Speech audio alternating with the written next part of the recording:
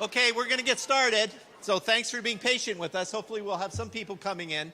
There was a little accident apparently. So we want to thank you for coming tonight. My name's Bob Lease, and I'm over at Buffalo Grove High School. And I'm part of a coalition in our community called the Link Together Coalition, up on the slide here. The Link Together Coalition was formed with a number of people from our community to take a look at doing preventative work within the community to help kids and families, talking to their kids about drugs, specifically marijuana and alcohol, because that's what our surveys have told us are the main drugs of choice of children that we've given the Illinois Youth Survey to in our district. So we're doing everything possible in the schools, and you can see there are a number of high schools in District 214 involved. There are junior highs, there's community, there's religious organizations, there's police departments, there's park districts. So there's many different people who have come together to link together to bring you information. And in association with our friends over at Omni Youth Services, they have people over there who've written grants for us to get federal and state money to do this kind of preventative work. And fortunately, we've been able to receive over $1 million worth of grant funding. So because of that money, we're doing things within the community. And one of the things is we got very fortunate, and we were able to contact John Underwood and have him come out tonight to talk to us. So before John starts to talk to us, I'd just like some of our coalition members, the Link Together members, stand up just so that you can see who they are. So if you have any questions at the end of the night, feel free. They've got little name tags on them.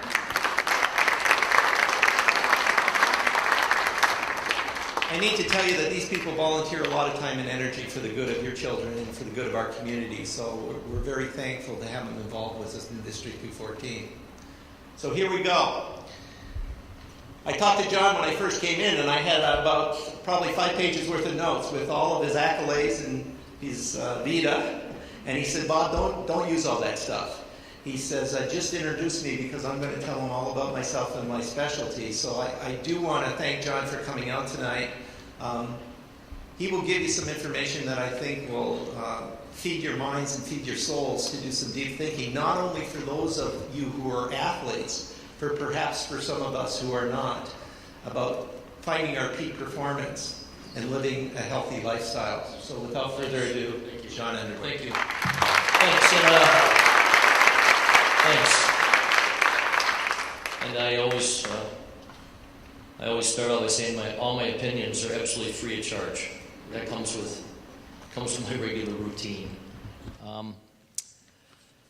Had an awful busy year and traveled so much, and I have in the last couple of weeks was inundated with requests for programs from really high-level populations. I went down, did the Miami Heat, and talked to all the players that are left on their new team and the old players that were there from before. But it's when you're working with high-level populations, it's different. I'll tell you right off the top than working with the potpourri of mankind, because those are very talented people, number one. Secondly, they're very highly motivated for the most part. But that doesn't exclude them from having issues with their lifestyles. Almost to the contrary. I've seen some pretty amazingly successful people in lots of walks of life that had some serious glitches with the way they're living their lives. And it almost makes you wonder how they're as successful as they can be when they're living their life that way. So I'm going to give you some background just on how this thing got going. I spent 20 years with Olympic sport. I was not only a coach, but a physiologist, a scientist, and I did tests on athletes. We'd go in a laboratory or even while they're doing their training, and every test, or every capacity an athlete could have, strength, power, speed, endurance, jumping ability, all those different things, off the line speed, acceleration speed, speed over time, speed endurance, power over time, power endurance, plyo endurance, the ability to jump over and over and over and reach near your maximum height levels in jumping.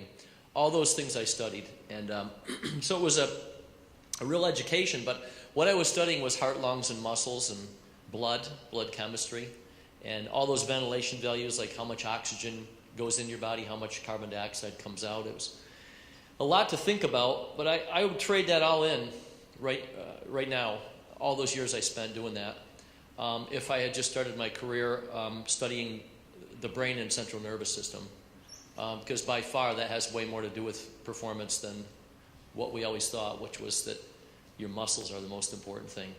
And so I can show you some of the things from that perspective, but 20 years with Olympic sport, now 15 years ago, I left, and it was sort of a baptism by fire. I took 3 years off. I was going to take a year off. I knew nothing about prevention, and I'm talking pot and alcohol, drug prevention. I had a fantastic mother and father. Grew up in a sport family. My dad was an athletic director and a football coach, and none of us ever played for him because we were all little guys, but I can tell you this. I learned more from my father than I learned from anybody my whole life. I'm proud to say it. And so I was lucky to have a good home life, a good example set, parents who helped us find something we were good at and encouraged us to do those things and stay focused and all that stuff that you need to do when you're a young person. And I had good coaches. I had great coaches that demanded a lot, but also expected a lot, and also at the same time wanted to impact my young life.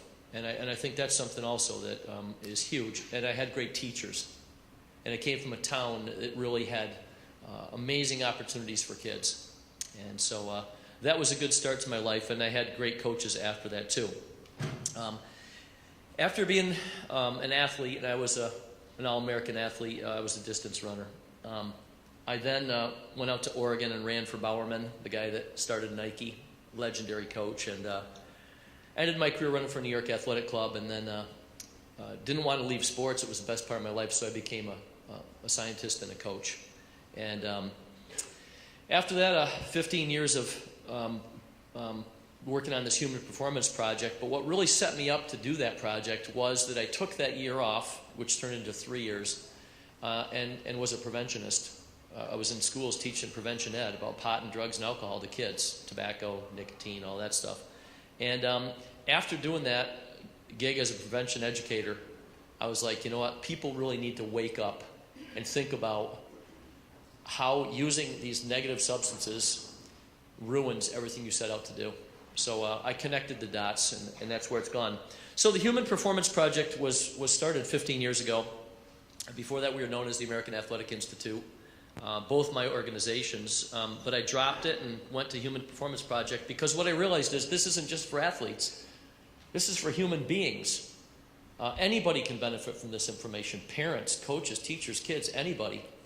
Because if you really think about it, and you will tonight, we don't have an optimal lifestyle in this country. And I would almost say, even if you have an awesome lifestyle, there's probably once in a while things that compromise it. So I'll show you some of those things. A lot of it's about the brain and central nervous system. And the phrase that we coined, which is called central nervous system readiness, is what I've studied now for 15 years. And your brain's either ready to support high-level mental and physical work or it's not. And people don't have a clue how you would prepare your brain to function at a high level for a test, a musical, audition, an exam, a dance recital, a music, anything to do with music, art. When people are at their best, you have so much greater potential, or athletics. So this is for everybody, not just for athletes. I studied in Europe at the Finnish Sport Institute. I was there for 3 years. That's where I got my background in human performance studies. Came back and ended up in Lake Placid. And, most of you guys know that's that famous for the miracle hockey game, 1980. But it's a really cool town. It's a beautiful place, but it's also got a lot of folklore, mostly around sports. And, for a town of 2,500 people to host the Olympics twice is by itself a pretty amazing thing. But great place to train athletes. I worked there in human performance studies and coaching at the Olympic Training Center, doing tests on athletes and coaching athletes. And I did about 14,000 of those tests over 20 years. And that's a pretty good background on learning how the body works. I also coached the whole time. I had 28 Olympic athletes, and I actually coached 5 medalists. And so I took it seriously, but we made some great things happen. This program has now been used we're approaching 700 colleges. My next gig is actually Georgia Tech, and it's actually my second trip down there this year, and And now the next day I found out that I have to go to Baylor to talk just to their basketball team. And they have a pretty phenomenal women's basketball team. So working with a SEAL project, literally the icing on my cake, nothing will top it in my career. To get to be around those people even for 24 hours, most of you would just be shaking your head saying, wow, where'd these guys come from? That's what I thought. I thought I'd seen some pretty tough athletes in my time, and I got down there, and you want to see what serious is. I think that it's like about 10 shelves up from where any serious athlete is. These guys are something else, and we have a laboratory. That's actually the only picture that exists of that lab in Virginia, and we do tests on these guys, just like you do tests on athletes for all the capacities they have to have for the things they do. And the extremes that these guys go through just to become a SEAL, really, the average person, you can watch a show about it. You have no idea these guys, a lot of them just don't have breaking points all the way to the end of the line, if you know what I mean. If you look at these guys up here, you think, what are these guys doing? They're trying to get warm because they hypothermiate you to try to get you to quit, which they try to lower your core temperature so you just say, I can't do this, and you give up. And they're just amazing human beings, and they're in a whole different circuitry than most humans. I said this tonight to somebody in here. I said, we've done studies on those guys to extremes beyond what human beings are capable of handling mentally, physically, emotionally. And I can say that we knew of this before even doing those studies. No one performs better under stress. No one, not even Navy SEALs. Some people just perform better than others, and these guys perform the best of anybody. And that's not a stretch. Because we've done studies now and found even enzymes, neuropeptides in their brains that they have like 30% more of than normal people. So they're tough guys, that's just part of it, but they're not just tough physically, they're tough mentally, emotionally, spiritually even. And I got credited in a Sports Illustrated article with being the person that they put in charge of changing the way we train the SEALs, and that's been going on now, this project, for 8 years, and I'm really proud of it. I can tell you this is my other regret, that I didn't get in this project early and spend my whole life down there in Virginia. So the most significant experiences I've had with anybody, athletes or anybody, has been with SEALs, not with athletes, and the methods that they use to train these guys are just head and heels above anything we're using with athletes. So I guess it's because if failure is not an option, it puts you in a whole different frame of mind for wanting to be a little more serious about it and motivated for it, and successful in what your outcomes are. So that's that. What can this program do? It isn't about a presentation. Okay, tonight we're having a presentation. It's about a program that's free, and that's not a stretch. We give you the materials to run this program in your schools so that your kids understand how to be more successful by the way they're living their lives. Studies on sleep, studies on diet, nutrition, studies on how to deal with stress, studies on the negative topics that people don't like to talk about. You know why prevention people don't go in and just start talking about pot and alcohol, or even showing you that 45% of your seniors drink and almost 30% of them smoke dope? Right here. I saw the data. It's in the booklet tonight. Read it. All right? That's not any different than any place else in this country.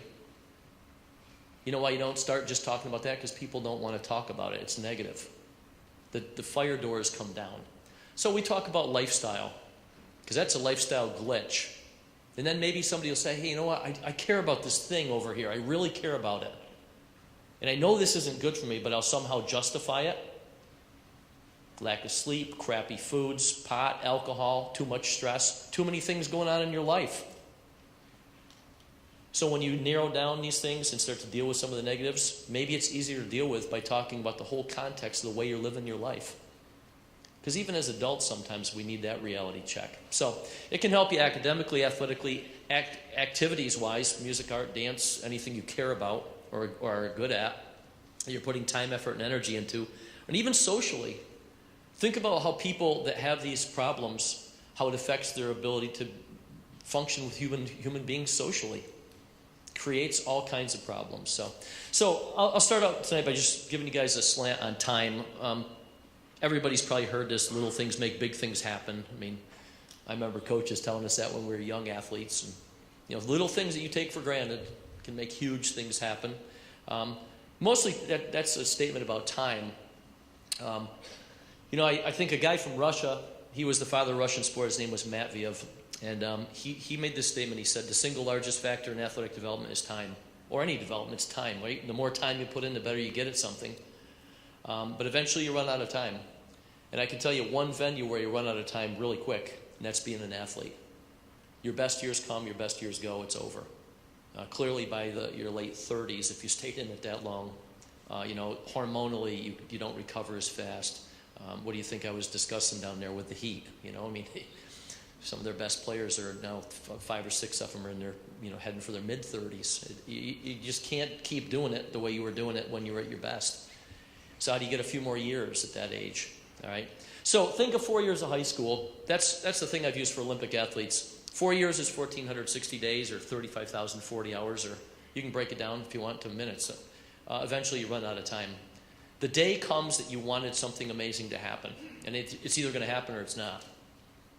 And at that point in time, you start to realize that every day mattered and every day counted, because now it's behind you. And that's the same for everybody, whether it's your ACTs or your final exams or the letter that you got, and here's the day, and you didn't get in the school you wanted to get in, or you tried out for something and didn't make it, or you did. You run out of time. So here's some more things about time. This is the Olympic final. Bolt's pretty unbeatable even still, even with his glitches, with his injuries and stuff. But look, first to last, that much time. That's not a lot of time from 10th place or 8th place to first. Or a 30K ski race, 18.6 miles uphill, downhill. It's a brutal sport. I actually coach some athletes in this sport. The highest endurance capacity of any athlete. Go 30 kilometers and 18.6 miles through all that and lose by a foot, The men's downhill 2 Olympics ago, first to 10th place, 57 hundredths of a second. And no one cares who got 10th, right? When we watch TV, they're not going to have a whole thing about, well, here's a guy in 10th, here's all about his life, right? You're going to see some stuff about the guys that win and get silver and bronze. And look at the separation. 7 hundredths, 2 hundredths. Look at the end here. 2 hundredths, 3 hundredths, 1/100th of a second. Being 10th in the Olympics is nothing to be ashamed of. That's amazing. But I'm saying time is really small. Or Michael Phelps's medal that he got by literally a fingernail. And this is one of those 8 medals that would have, been 7 golds and a silver wouldn't have been the same as 8 golds, because Spitz had won 7 golds in 1972. So they say it's one of the most famous pictures ever taken about sport. And so small things make big things happen. We did an analysis of sport and found that every time you go to do your performance in sports, you don't have your best performance. All right, we know that. You don't go out tonight and score 30 points in basketball, and tomorrow 32, and the next day 34, and the next game 36. It doesn't go like that. If it did, you could go down and play for the Heat. So here's how it goes.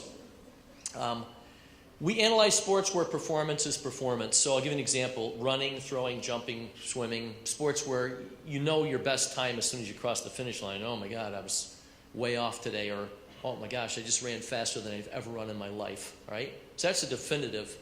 So we looked at sports like that. We analyzed results for a whole season.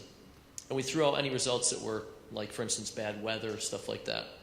And we ended up finding that there was a range of performances at about 82 to 87% that was their average performance.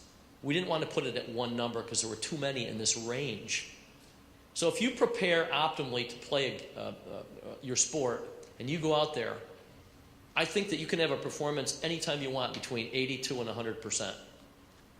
And I'm going to say this, the 100% games are going to happen 5, 10 times in your whole career, even if you stay in it a long time. When I was a runner, I ran actually 1,000 races. 1,000. That's a long career. And that's a lot of races, believe me. And I think if I thought about it long enough, I could remember them all. And I can say this, there was 5 races that I remember that were just, I couldn't have went any faster, couldn't have ran another step. And I remember those 5 races out of 1,000. I can tell you right now where they were and who they were against and who probably finished behind me. Here's a football team. So this is a little different for you guys in team sports. So think about this. And this is a stretch, but just hear me out. What if a team, at the worst, was out there 82 to 87% because they totally prepare to be out there at their best? But instead, you got a guy having a 91% game, and he scores 4 touchdowns and runs for 250 yards, or catches 10 passes in a game, and has some amazing performance. And then you got somebody else on your team that has a 55% game, and you're out there with 10 other people. Well, this is how you win games or lose games, especially in team sports. What if everybody cared enough about what you're doing that everybody was out there at their best? You'd win more games. There's no question about it. A 500 team would be a 750 team, and you'd be going to state playoffs, right? Or a 750 team would be a 1,000% team and maybe win a state championship. This is the things where you have to start to think about being successful. And then if you're with other people, especially in a team situation, who's letting you down and who's not? And this gets talked a lot about in the Naval Special Warfare and the SEALs, because you don't want to be out there with people who let you down, believe me. So the choices you make determine lots of things. We have about 3,000 posters. You can have them. We don't sell anything. I'm not selling the booklets tonight, believe me. I give everything we've done research-wise, everything we published, all our materials, I give them away. I've been doing it for 15 years. So we have 4,000 posters. Get them up on the walls, get them to your teams. Ask the teams and say, okay, which ones of these float your boat? And you'll find that some of the kids really like, and don't use pictures that are on the posters. Use your kids in the pictures to create role models. Those are important things too. So here's some advice right off the top from a coach, and I was a coach a long time, I'm not anymore. It isn't just what you're willing to give to be successful, it's what you're willing to give up. What sacrifices do you want to make, especially you athletes here tonight, what sacrifices do you want to make to ever see your full potential as an individual or as a team? Or as a businessman or woman, or as a teacher, or as a coach, or any other walk of life that's sitting in here tonight? Because you got to give something up. And one of the best lessons I could teach you athletes here tonight is this, that if you want to be a good athlete, find out tonight that you have to live your life different than other people, not the same as other people. Because it doesn't have much to do with talent, as it has to do with living a good life. So I had a coach, his name was Bill Bowerman. It was the guy that started Nike. He used to trace our feet and make running shoes, because back then running shoes were just lame. They were terrible. And the surface, the midsoles were really hard, and they didn't absorb any shock. And he's the guy that invented the waffle. It looked like he actually burned up Barbara's waffle iron making waffle soles, and he glued them on the bottom of shoes, and he made the first running shoes that had little nubbies on the bottom of them to absorb the shock. Smart guy. And he made a quote once, and I never found this out until after I was coached by him. He's no longer alive. He said, as far as talent goes, everything that you need is already inside you. That's a pretty good quote. Because I'm going to say this right now. Every single person in here has some amazing talent. The hard part is finding them and developing them. Just like all kids have something they could be good at. And that's our job as teachers or coaches or people who sign up to be with kids, especially a parent, is to help your kid find something they're good at. Maybe even something they can turn into making a living or a life out of. Those are assets that you have. All right, so think about that. So where do talents come from? Well, that's been pretty much figured out now. We can look at the Human Genome Project. Really interesting stuff. I mean, the National Geo tape that's out on this, there's a school lesson, all right? I know we have school people here. Make the whole school watch the Human Genome Project. Wow, what a perspective on how we're all different, but we're all the same, and where you get all these amazing things from. So if you want, you can even figure out which parent gave you those, from their lineage, gave you those talents and abilities. You know what we found out? About 8% of kids have physical attributes that would predispose you to be maybe an elite athlete or a Navy SEAL or play for the Heat. I don't know. Think about it. 8 out of 100 people are talented physically. What's that mean? They might have the amazing body type. Every time I'm at the Olympic Training Center and the volleyball teams are there, I feel so small, or with the heat, you're like looking up at people. So, your body type, your heart and lung size, your muscle fiber type. You know, you got a whole bunch of fast switch fibers, man. You can do explosive work for real short periods of time. You can be fast, you can jump, you can have incredible power outputs. That's genetic. You're born with that. So if I go to a school and I say, hey, how's your sports? And they go like, well, you know, we don't have a lot of talented kids. I just start laughing because I say, okay, well, give me 100 kids. We probably have 100 people sitting here, all right? And I know that out of 100 people, if I'm looking at young people, that there's at least 8. And then you're going to have those amazing years where there's a group of kids that comes through and it isn't 8. It's like 25 or 30. That happens. And that's when your school will have some championships and some awesome teams. The unfortunate part is that sometimes you'll be wondering where the 8 are, all right? So it has something to do with talent, but that's a gift. And don't you think there's a percent in the human population from music and art and all those things? Because not everybody can do it. Not everybody can be an elite athlete, has physical attributes that would ever be able to be used for that. There's some people who are really good in math and some people aren't, right? I was one of the ones that wasn't, all right? So you think about all those talents. And then you got to be patient. You know, there's no shortcuts to any place worth going. I mean, that's a great quote. And I'm a quote person. I think about the problems we have in an impatient society, right? And how we take everything to that extreme now. Or how about this? The quickest way to the top with the least amount of investment or effort, right? And I see a lot of parents and adults going, yep, that's where we are. And how easy kids will quit stuff nowadays, for you kids here tonight, rather than work at it to get better at it, to get better at it, to get better at it, and maybe that was your talent. But you're never going to find out when you just give up. So think about it. It's been written about it. I always ask, how many people have read this book? Let's have a census. Okay, here's a good book from Coach Underwood's book club. Hey, I'm not selling this either, but he is. Daniel Coyle, he's a good writer. He's written a lot of great books. The Talent Code, Unlocking the Secrets of Skill in Sports, Art, Music, Math, or just about anything. That's the subtitle. And you know what the book's about? It's about in all walks of life, if you follow the Talent Code, which is in this book, you'll be successful. You'll find a way to take something you could be good at and turn it into something you're good at. But guess what you can't leave out? 10 years or 10,000 hours of work. And he says it'll stand up in any venue, that you reach elite level over time. 5,000 hours gets you to mediocrity. Another 5,000 hours gets you to strong capability. And then you start to see that, oh my God, I could be good at this. Think about that statement. So this is like a pyramid. This is a chart actually written on this topic. If you spend 1 hour a day doing something, you could maximize your talent in 27.4 years. Well, if you're an athlete, your best years will for sure be over, all right? If you spend 4 hours a day, you can get there in 6.8 years. You think this isn't true? I've seen it. Have you ever watched women's gymnastics on TV? Little tiny girls, 12, 13, 14, 15 years old, the things that they can do. If you didn't watch it, we just won the world championships again. Go Team USA, all right? It's been a while since we've been at the top. Goes up and down sometimes.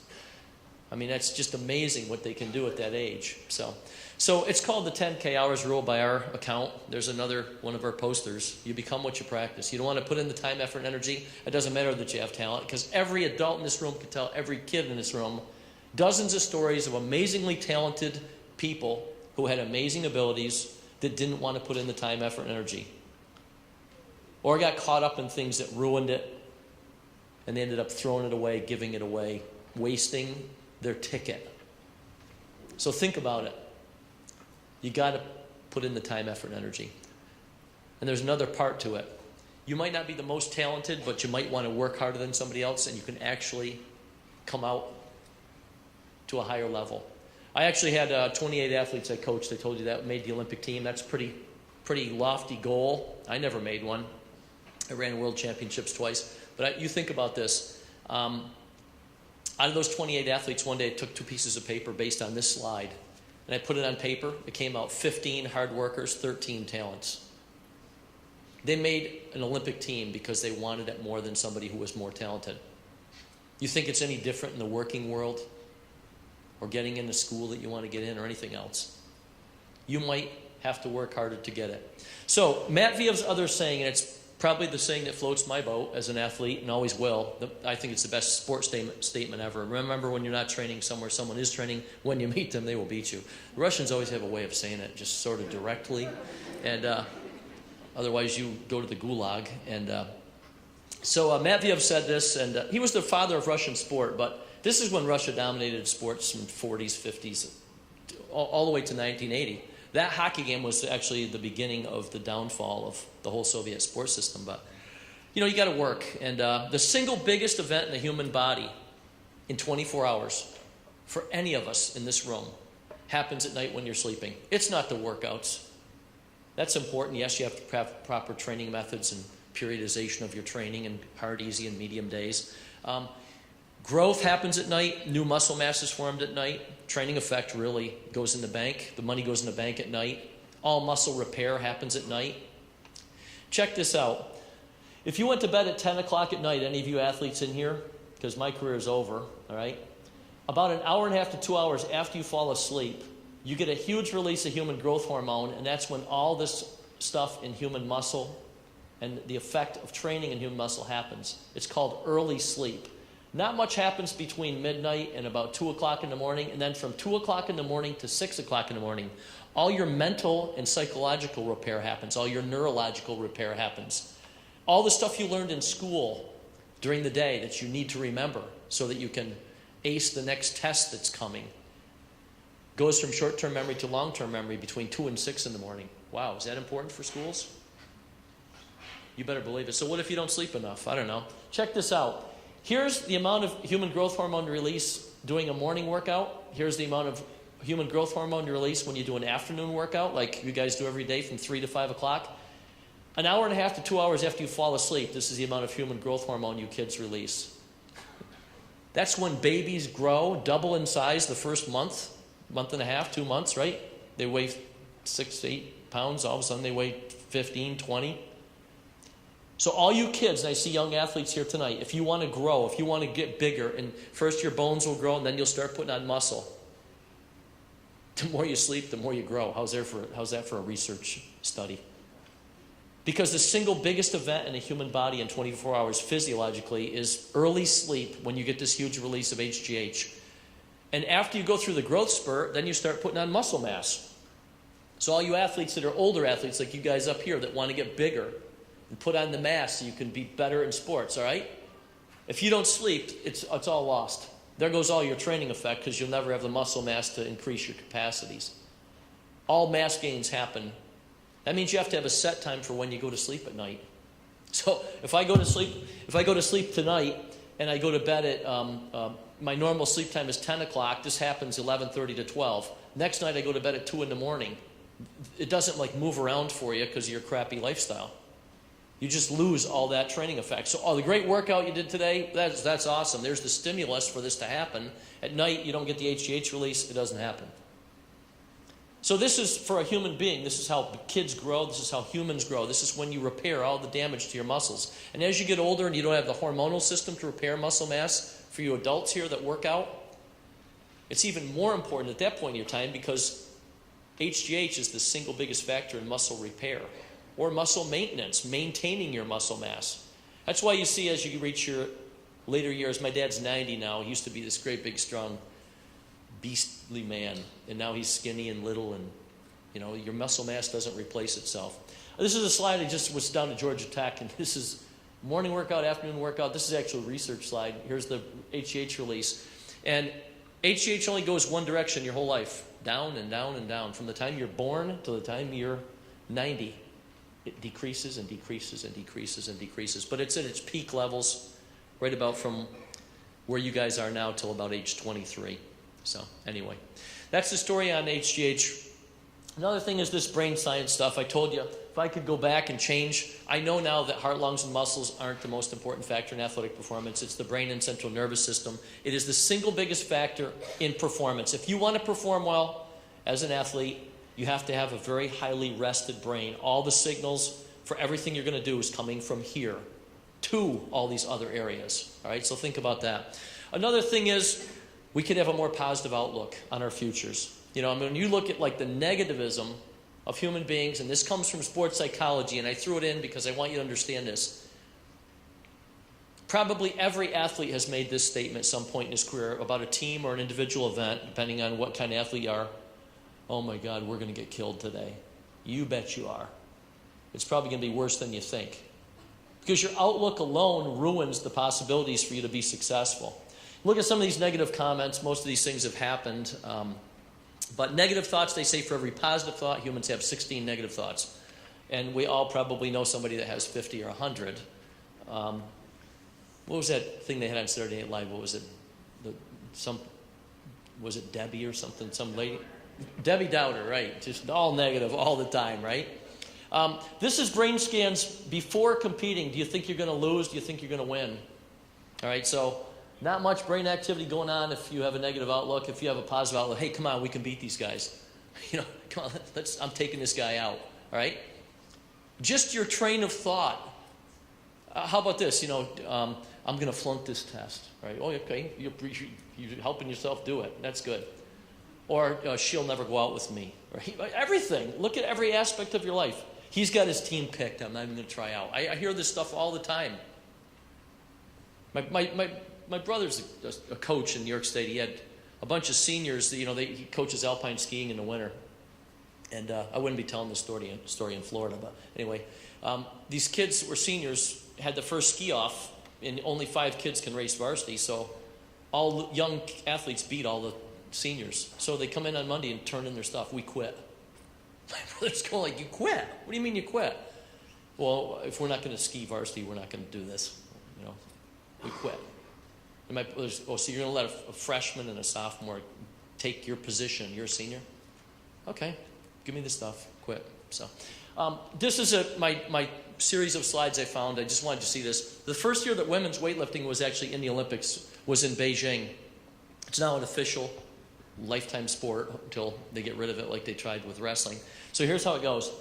This girl was, just before the Olympics, broke the world record, lifted more than any woman's ever lifted, was #1 going into the Olympics, and broke the world record 2 weeks before the Olympics. So she's ranked #1, she's lifted more than anyone's ever lifted, and she's got a chance for a gold medal. And this is with 1 lift left, and 3 other women have broken her world record.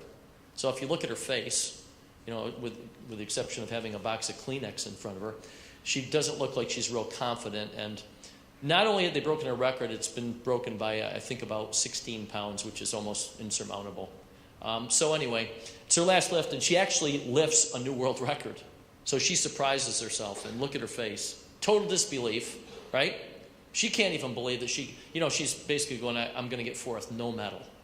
And you guys probably know that they don't give out any tin or aluminum medals. And so anyway, she ended up on the last lift. A Chinese woman broke that world record, so she ended up getting 2nd, and she looks pretty happy. But I'm just saying, talk yourselves into things, not out of things. I mean, I look at young people today, how many of them have this, doubt times 10 compared to when we were kids? I don't look at statistics and go okay, well, I know I can't beat him, and I can't beat him. I'm going to go shoot the gun off. Let's go here. Have a brighter outlook for your futures. And we need to know that you have it, and we also need to support it as adults for kids if we want to bring out the best in you. We also know the brain gets worn out and runs out of energy. It needs to recharge. Just like a car has a battery, your brain needs to have time to recharge, and we've looked at some of these things. If your brain runs your body, which it clearly does, readiness to train and compete is dependent upon your brain being very rested. Huge studies were done at Stanford University. And the lady that did the study, you can look at, it's very simple to look them up. Her name is Sherry Ma, M-A-H. Very simple 3-letter word for a name. And she's the world's expert now with sport and sleep studies. And they have an amazing sleep studies research department at Stanford University. And I will say this, Stanford is the #1 sports school in the NCAA overall every year, with results of all sports purged together. Anyway, Sherry did a study and proved that the brain seems to build up energy reserves or deficits over 1 to 3 days and will function at that level. Well, you know what that means? That means that if you have a game on a Saturday, for you high schoolers that are here who care, you usually have certain sports where, like football, where every weekend you're going to have a game on Friday or Saturday, or a big invitational cross-country meet or a wrestling tournament or whatever. Saturday's usually a pretty important day. that if you want to perform well, you have to start resting your brain on Wednesday. What happens Friday night has very little to do with what's going to happen the next day on Saturday. I think of sports with higher skill levels, and I think of how important this is times 10 compared to a sport where, like for instance running, where your skill is really based on efficiency. So think about that. You have to rest up your brain far longer than you have to rest up your body. We also know what drains the brain's energy levels. When we look at our lifestyle nowadays with minimal sleep and Facebook and all our electronic gadgetry that takes time, and minimal sleep and pot and alcohol and crappy foods and nutrition and TV time still. Pretty amazing that there's as much TV watched as there is. Now we've just added Facebook and texting and all that other stuff to it.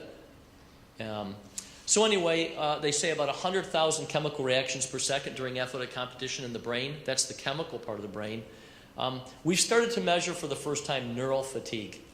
If we use our brain too much, even for thinking stuff, can we tire the brain out so that it affects us physically? I'll give you an example. Anyone who's ever pulled an all-nighter where you stayed up overnight with no sleep, and then the next day you have to go do what you do, even if you have a job where you just use your brain to think and make decisions, if you go up even a flight of stairs the next day, you're so physically exhausted that there's a connection between neural fatigue up in the thinking part of the brain and further back in the part of the brain that has to do with the motor movements.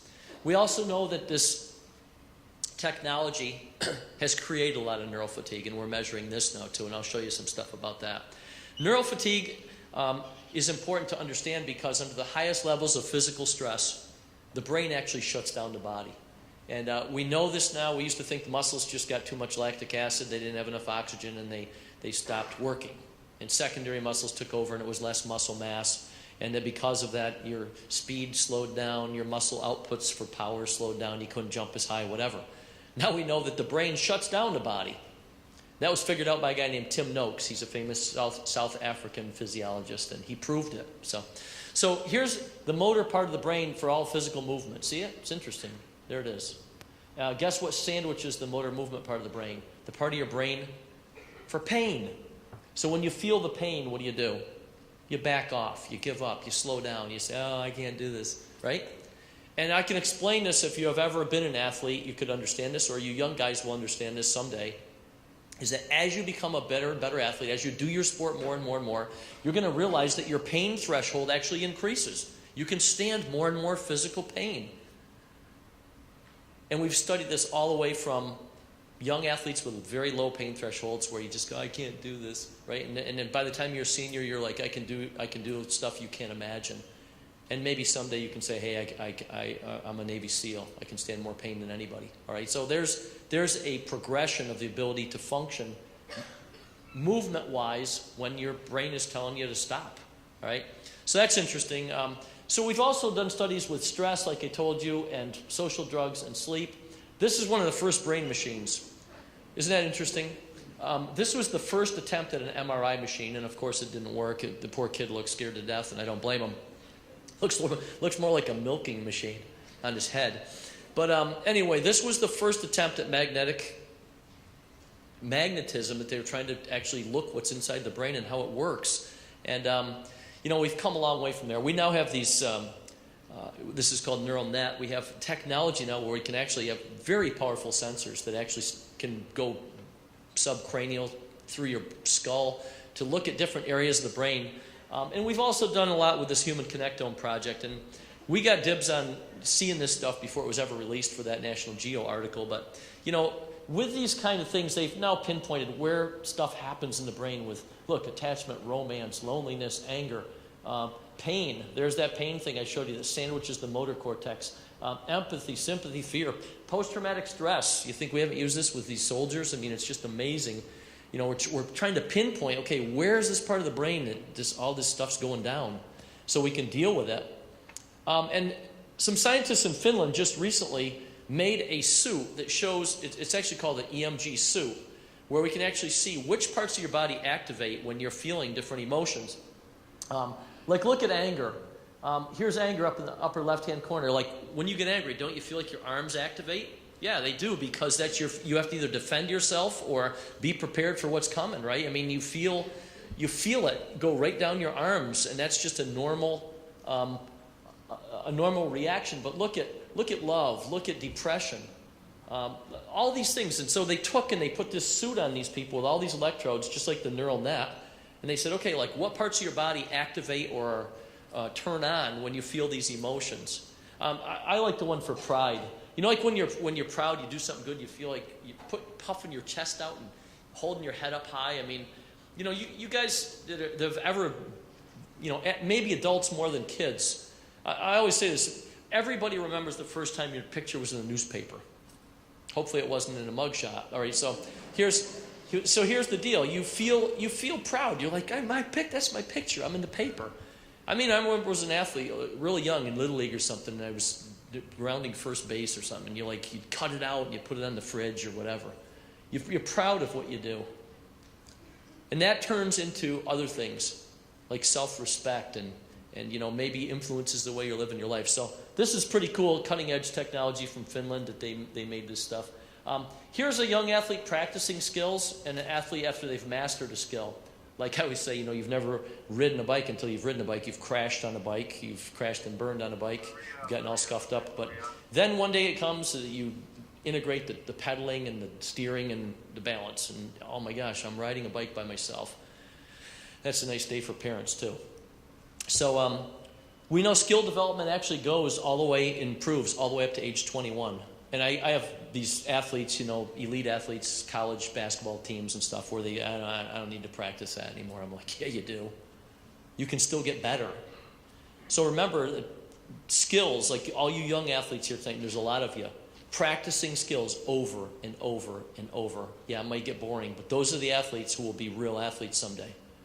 And you keep practicing them up to age 21, just about the time brain development ends. Skill perfection, innovation, and skill efficiency all the way to age 21.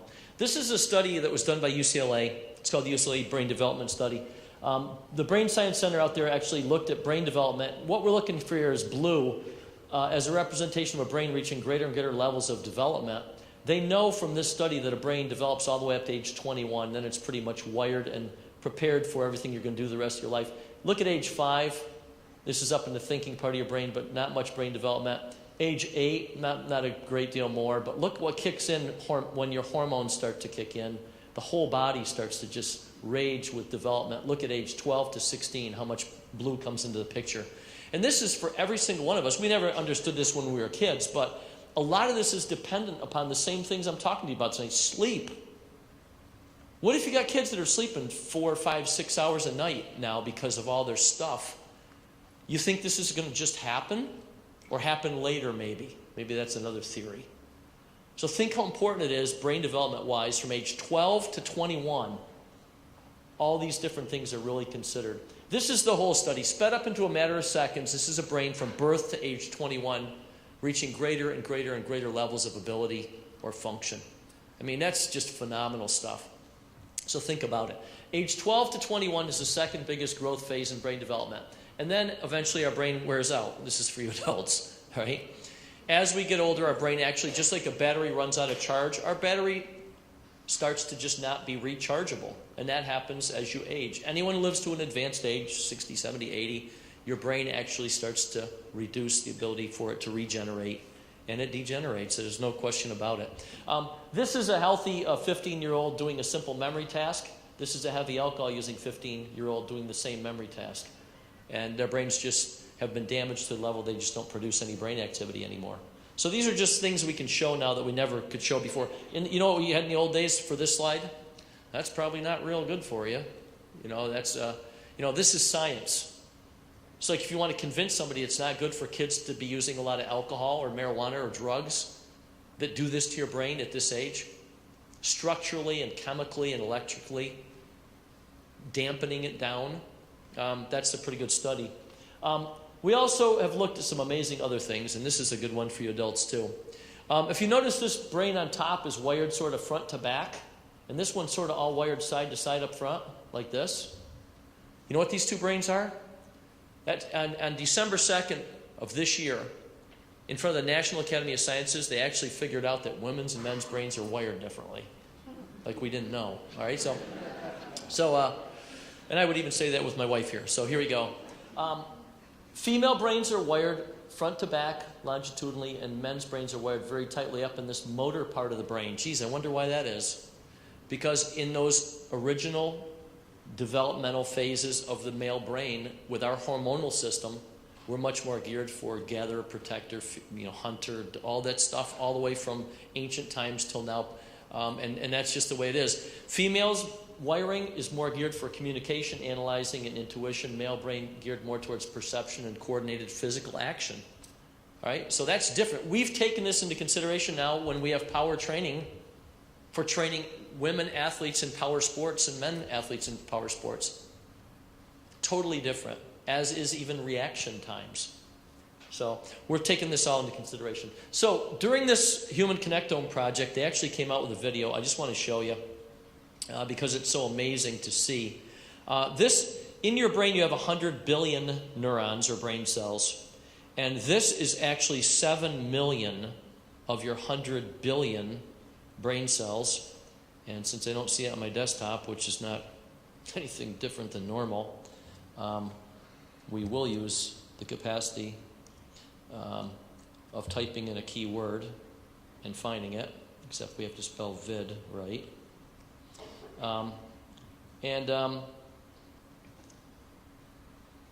Hopefully it'll play. This is 7 million brain cells firing, and you have 100 billion, so you can imagine what that would look like. This is where we've come from the kid with a milking machine on his head to this. It's just incredible. And when I look at this, I think to myself, if there's anything that you should appreciate in your body, including athletes, it's probably your brain and central nervous system. All of our efforts in human performance have turned now to looking at the brain and central nervous system. Matter of fact, in Finland, 14th to 16th, I'm speaking at the World Strength and Power Coaches Clinic over there. And all I'm talking about is the connection between the brain and the body for physical performance. It's going to be a barn burner. People are going to fall off their chairs. Because, we know all about the muscles, and we know all about the hormones and all these things. But now we're going to connect the most important factor, which is the brain.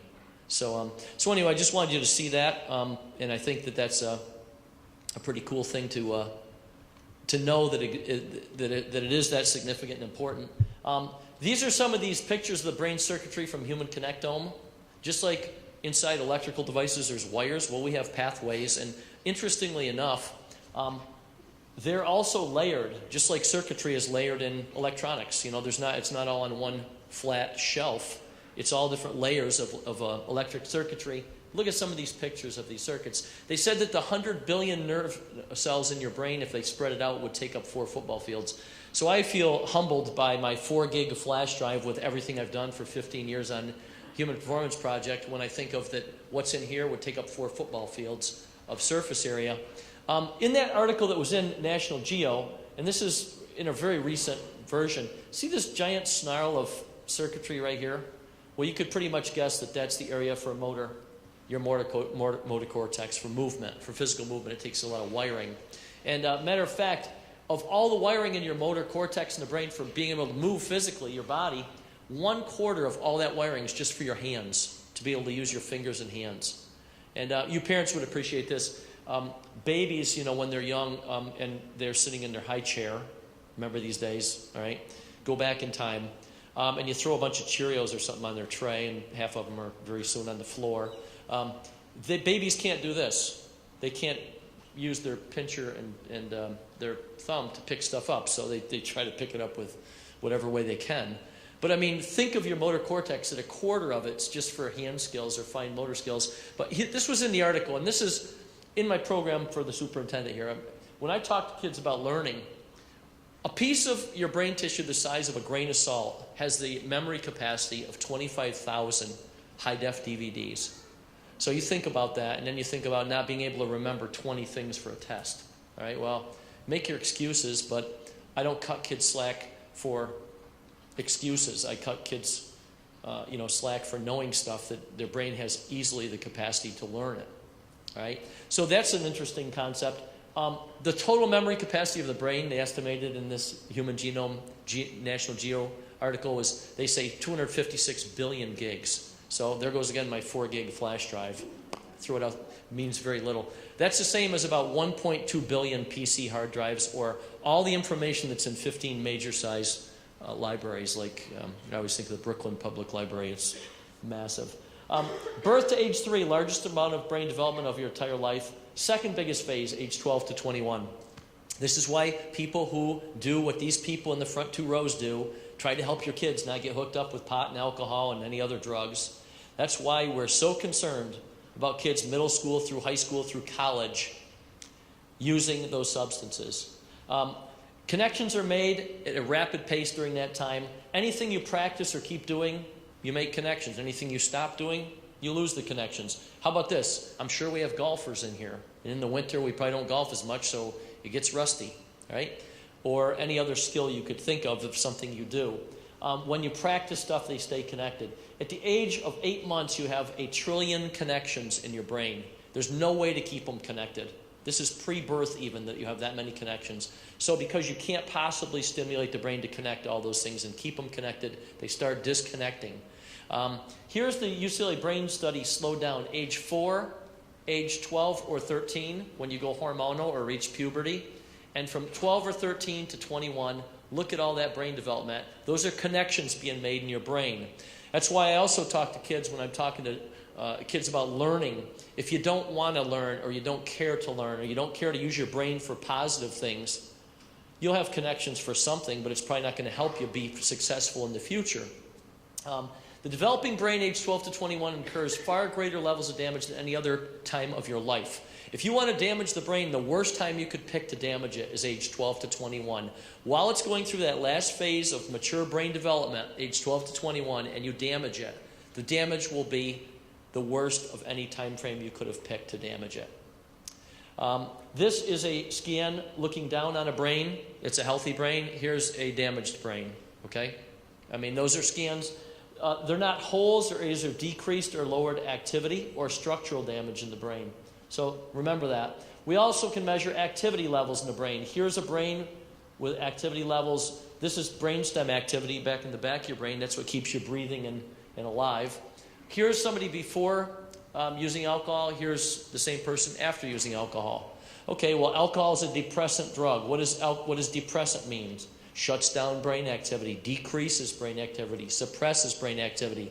So here's a brain normal function. Here's after they get intoxicated. It shuts down brain activity. If they drink too much, or they drink alcohol with high concentrations of, like for instance, liquor, in a short amount of time, even these lights go out, and then what happens? Then you have an alcohol poisoning death, where you actually stop breathing, your heart stops beating, and you die. And we've had that happen too. So these are things that we try to use to show people that a depressant drug shuts down brain activity. Here's a different scan, but the same effect. Here's somebody before smoking marijuana. This is their brain activity levels. Here's the person after smoking marijuana. Depressant drugs shut down brain activity. Not just while you're stoned or drunk, but for even days and days afterward. So think about how this helps you. Yet so many people get caught up in it.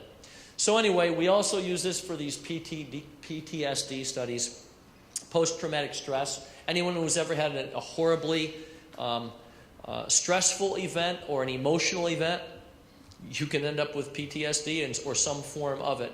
Even somebody who's ever been bit by a dog, maybe even at a young age, some dog bites you. The rest of your life, you sort of have this paranoia about hearing toenails on pavement. I mean, it freaks you out, and it's always in the back of your mind.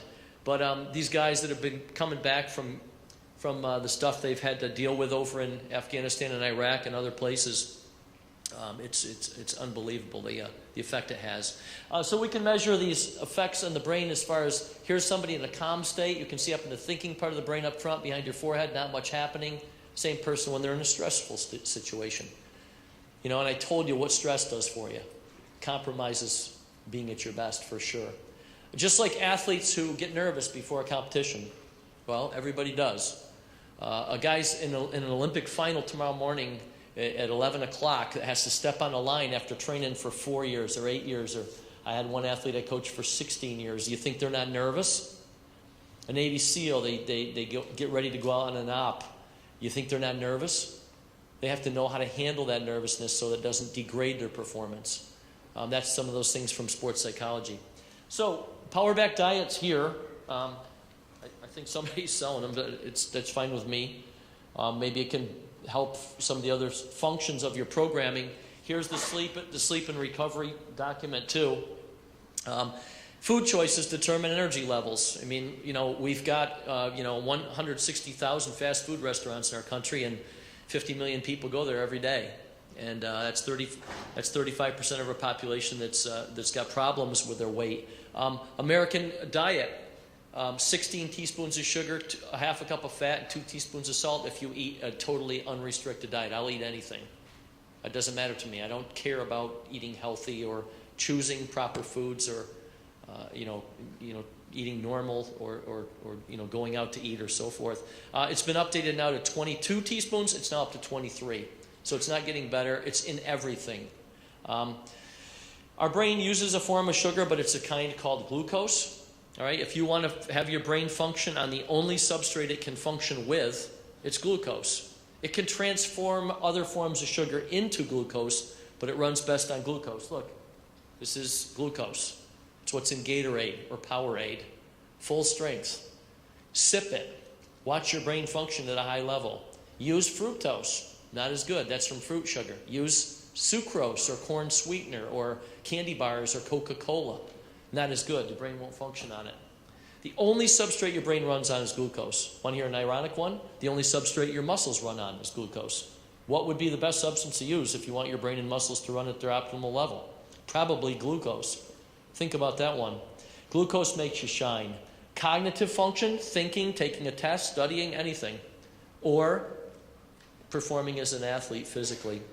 So, since your brain and muscles run on those things, you might want to consider what you drink. The optimal concentration: half glucose sport drink, Powerade or Gatorade, mixed half and half with water. For most people, Gatorade or Powerade are hypertonic. They're too sweet. Water them half and half with water. It's optimal solution. The United States ranks number 1 in the world, not in Olympic gold medals anymore, in soda consumption, to the tune of 54 gallons per year. So figure a 55-gallon drum, and then take every man, woman, and child in this country, all of them, babies included, all U.S. citizens together, average 54 gallons per year of soda consumption. And then think about the problems we have with our American diet. Soda depletes your body of vitamins and minerals. There's no question about it. Tons of scientific studies on it. You want to be an athlete, you shouldn't even drink any soda, 0. And that's a fact. Not even once in a while. It's not for any athlete. There's the amount of sugar content in a can of Coke, a 20-ounce Coke, or a torpedo of Coke. Your systems in your body have no way to deal with that amount of sugar, believe me. You get a sugar high, you release insulin, it pulls all the sugar out of your system and deposes it and stores it as fat. That's what will happen. As young guys, right now that's not going to happen. But keep drinking it, and that's what's going to happen. And you'll start to put that weight first around your waist and your butt and those areas in your torso. Diet soda is even worse than regular. There's no question about it. I've myself done a ton of looking at this aspartame, which is actually classified as an excitotoxin. It excites the brain and central nervous system, and toxin, poison, right?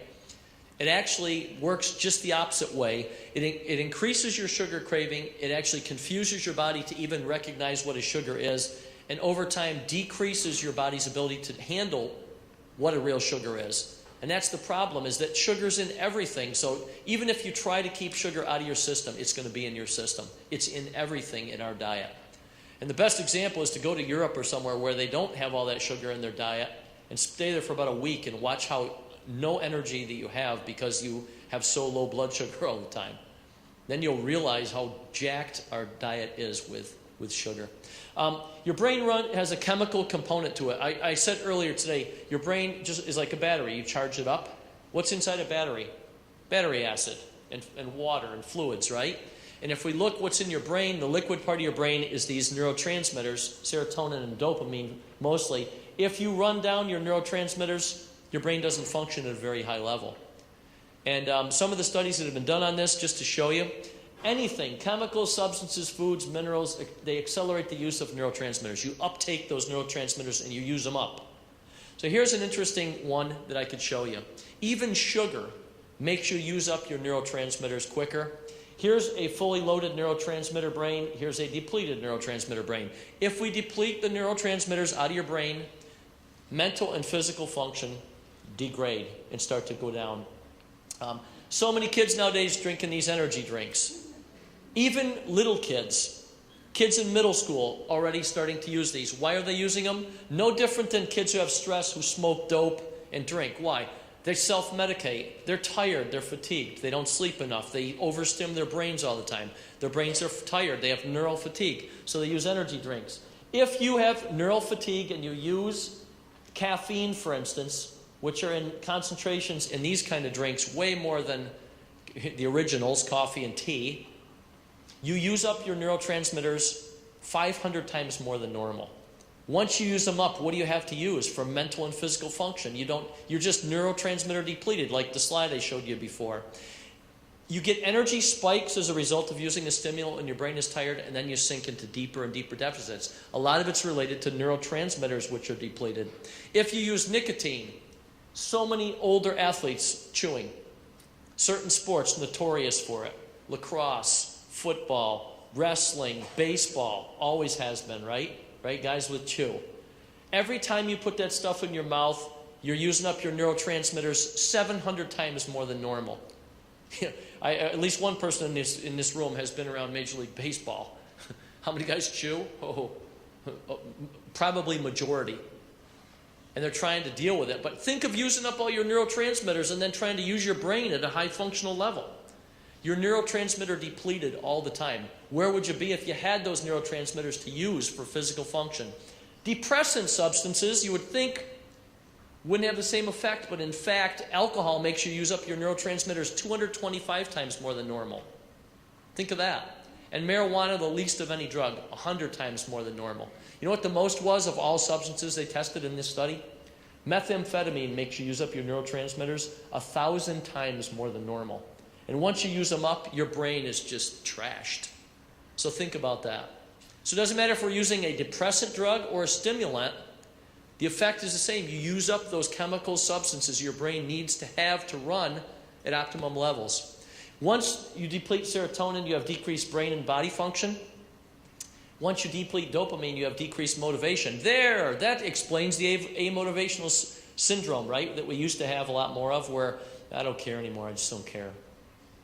Things I used to care about that I just don't care about anymore. It's lost its significance.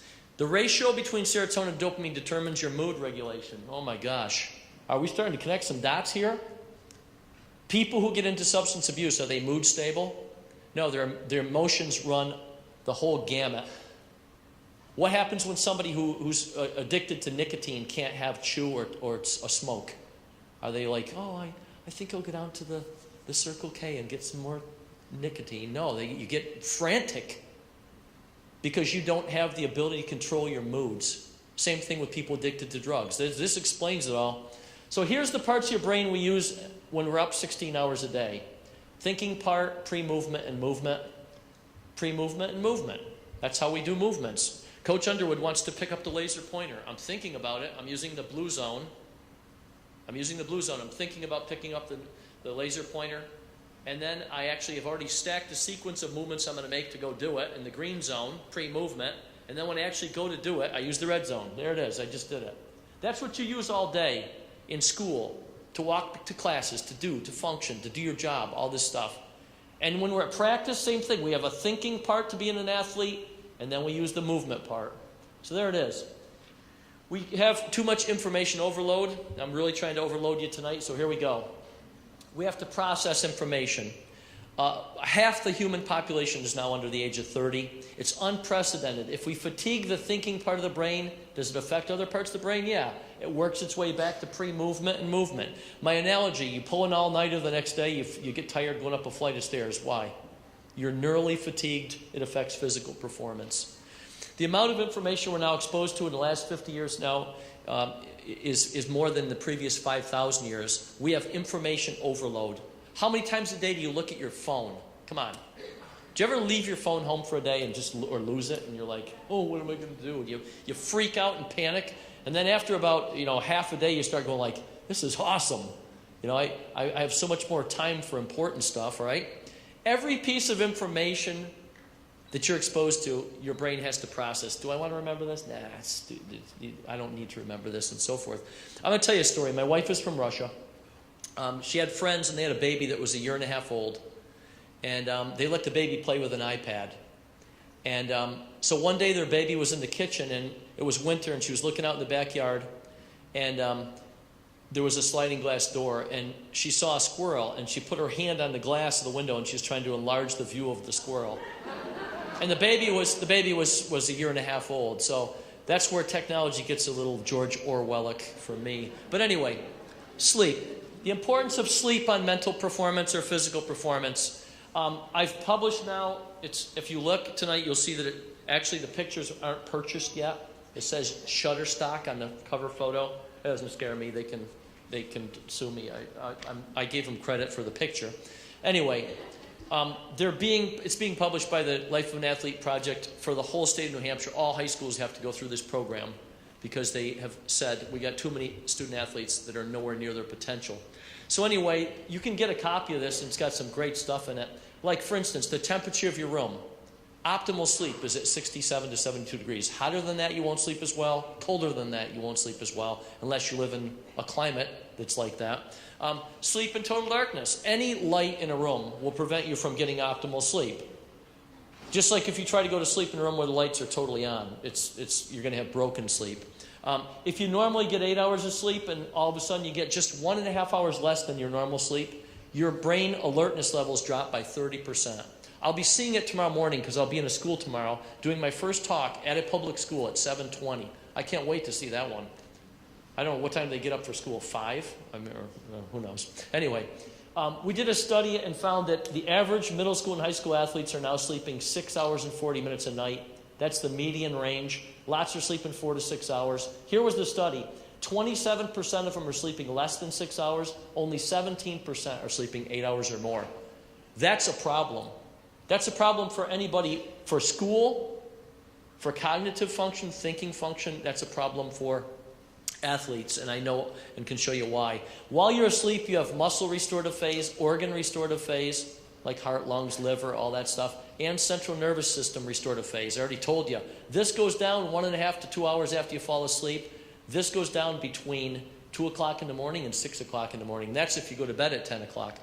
The Stanford Sleep Studies by Sherry Ma, every single person on every single team that was in the study, when they slept more than their normal sleep, their performance and stats went up. When they slept their normal sleep, their performance and stats went down. After the study, she said this: sleep is an absolute predictor of performance in any sport, not just skill-based sports. One of those teams was their women's basketball team. They played for the national championships that year. They lost to UConn in the finals. That was UConn's first 40-0 season, undefeated, never lost a game. And people's stats in the sport of basketball, everything, 3-point percent, rebounds, turnovers, everything went up and down based on sleep. 10 hours a night or 4 to 6 hours a night during their competitive season. So think about that. Here's a side note. Their swim team that year set 28 personal records. Some were school records, some were NCAA records. One was an American record. Every single one of those records was set in a phase where they were sleeping 10 hours a night. None were set in a phase where they were sleeping their normal sleep. So if you think sleep isn't important as an athlete, man, are you missing it. And I can also say this to you guys. Remember, it's not the night before. It's 1 to 3 days out that you gain that effect. Reaction time. I had actually 24 hockey players in the Olympic Training Center. Had them stay up overnight the last night of a training camp. They'd been in a training camp for 10 days. Their reaction time actually was a team average of 186 thousandths of a second. They stayed up overnight the last night of the training camp. The next day, the reaction time was 240. It went down 25% just based on pulling an all-nighter. The kind of sleep you have to get is called REM. It's when your brain gets to reboot and get its energy back, just like the cell phone with the 4 bars. REM is very unique. You fall asleep and you start getting REM sleep, and it accumulates a total of 1.5 to 2.5 hours in 8 hours of sleep. That's what you need to get for your brain to get its energy levels back and do a whole bunch of important things. You actually download information from your short-term memory to your long-term memory. That would be important for school, for learning. You also gain all the ability for movement memory to fill in the movement part of the brain for athletes, and that's important for learning skills and maintaining them. This is a person that slept 8 hours, and this is a person that didn't sleep at all, an all-nighter. So if this is their forehead, back of a head, forehead, back of a head, this is somebody, blood flow in the brain of somebody who got 8 hours of sleep, blood flow all the way around. Here's somebody that got no sleep. Minimum blood flow up in the thinking part of the brain, midbrain, those areas for pre-movement and movement, and on the sides of your brain, balance, no blood flow at all. So if you think about the next day after pulling an all-nighter, you actually feel like your balance is a little whacked out. You have no blood flow in the sides of your brain where your balance center is. 90 to 20 minutes, 120 minutes after you fall asleep is when you get that huge HGH release. If you want to go to sleep a different time every night, it's not going to like move around for you. You just lose all that ability for muscle to be formed and function. You grow at night when you release that HGH. That's when it's the most important for you to get the sleep. Here's the proof of that study. Here's an athlete going to bed at 10 o'clock at night and getting up 6 in the morning. Look at the HGH release all night long, his normal bedtime. 2 nights later, he goes to bed at midnight and gets up at 8. So both nights he sleeps 8 hours, but because he missed that 90 to 120 minute window, he gets just a little bit of HGH. There goes all that ability for muscle to gain all those effects. Technology is a huge problem. We now know that kids' TV time has only gone up about 5%, but internet time has gone up 121% in the last 5 years, to the tune of about 13 hours a week for each, to the tune of 26 hours a week total.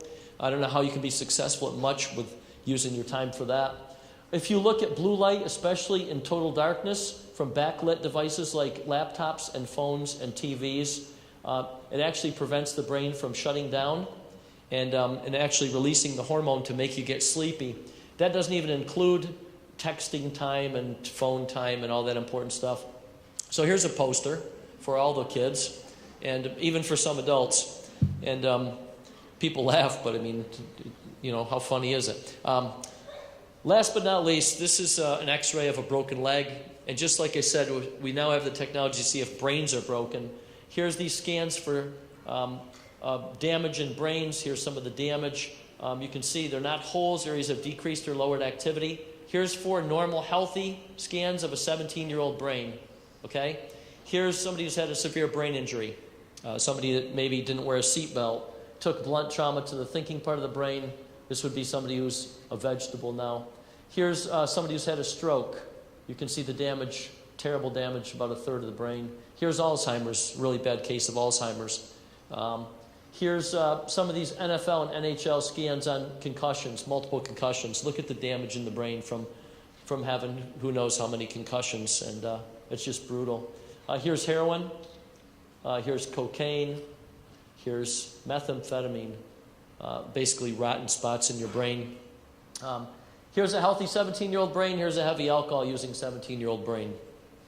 Anybody who thinks alcohol doesn't hurt you, or, you know, hey, I only do it once a week, or it's not a big deal, it's a big deal, especially when you're doing it at that age of 12 to 21. This is a daily pot smoker, 16 years old. All drugs leave damage in the brain. I have these scans even for caffeine, nicotine, any drugs. So here's healthy 19-year-old, heavy alcohol abusing 19-year-old.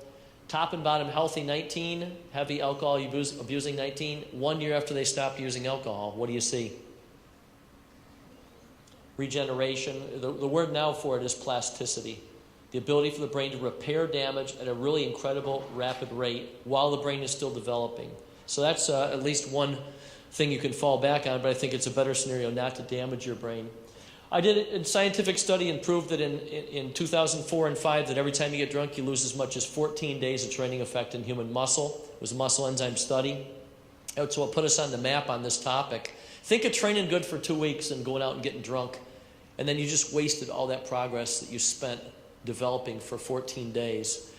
This is actually a billboard in Portland, Oregon, to that effect. This is in New Mexico, where they have our program in all high schools statewide. This is in Eastern Oregon, in the middle of nowhere, La Grande, Oregon, and this was actually right next to Syracuse University in my state, upstate New York, in New York State Public High School Athletic Association put that up. Last but not least, the substance that people think is harmless. Your state's already gone medical, and now you're trying to decriminalize it, and we'll see where that one goes. Doesn't add anything to anybody's life. It's not the answer. It's just a cop-out by people who can't handle or find ways to deal with the problems that they have in their lives. I already showed you how it shuts down brain activity. I spent a year looking at research, most of it from Europe. Is it addictive? 80% of kids in rehab today are there for marijuana. So is it addictive? I kind of think so. Otherwise, why are 8 out of 10 kids in rehab there for marijuana? I visited one of those wilderness retreat centers in Montana last year, Thompson Falls, Montana. It costs about $60,000 to send your kid there to get them off drugs. 8 out of 10 kids that I interviewed were there for marijuana. It goes to your brain, hooks up in receptor sites. There's where it goes. Anybody who smokes it, that's where it is in your brain tissue. It's pretty much universal.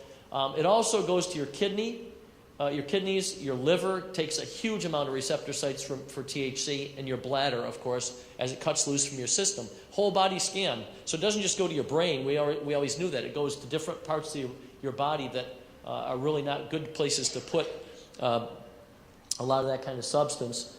This is actually a picture of THC in brain tissue of a daily pot smoker. The green is all THC in receptor sites in brain tissue. Pretty phenomenal picture. So anyone who smokes it, if you smoked it once, you'd have a couple specks of green. This is a daily pot smoker's brain. So as it builds up to higher and higher levels, it starts to affect brain function. The part that we looked at that was in the middle of the brain, right next to pre-movement and movement, we thought that might not be a good place. So in an MRI, this is a non-pot smoker tapping their finger. When you're in MRI, you're in the dome there, you're just laying on your back, you can't move around. This is a person at their side tapping their finger, a non-pot smoker. Tapping your finger, a non-pot smoker, pot smoker, not stoned under the influence of marijuana. There's where the signal still starts from. Look, 1, 2, 3, 4, 5 other parts of the brain have to reroute the signal before you can tap your finger. That's because there's so much of it in that central part of the brain, in the pre-movement, movement part of the brain, that now your brain has to reroute the whole circuitry to be able to pull off tapping your finger. A lot of it in the cerebellum, the part of your brain responsible for muscle coordination, equilibrium, balance, muscle tone, and the ability to perform rapid alternating movements. Reaction time of an elite athlete, 186 thousandths of a second. Once a week pot smoker is about 300 milliseconds. 3 to 4 times a week, only about 312, not much of a difference. Daily pot smokers heading towards half a second to be able to react. And that is the result of not being able to transmit the signal and make it happen. You have to reroute the signal. Slows down your ability to send a signal. This is a 32-year-old bottom scan of a lifelong pot smoker, only drug of choice, marijuana.